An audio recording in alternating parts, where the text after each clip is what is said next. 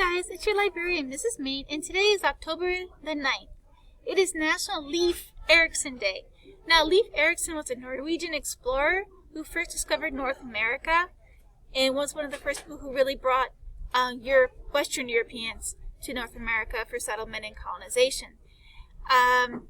But I also want you guys to think about any other explorers you might know from around the world, maybe some Spanish explorers, explorers from the African continent, explorers from Germany, and don't forget about the Vikings, okay, and our indigenous people, our Native Americans.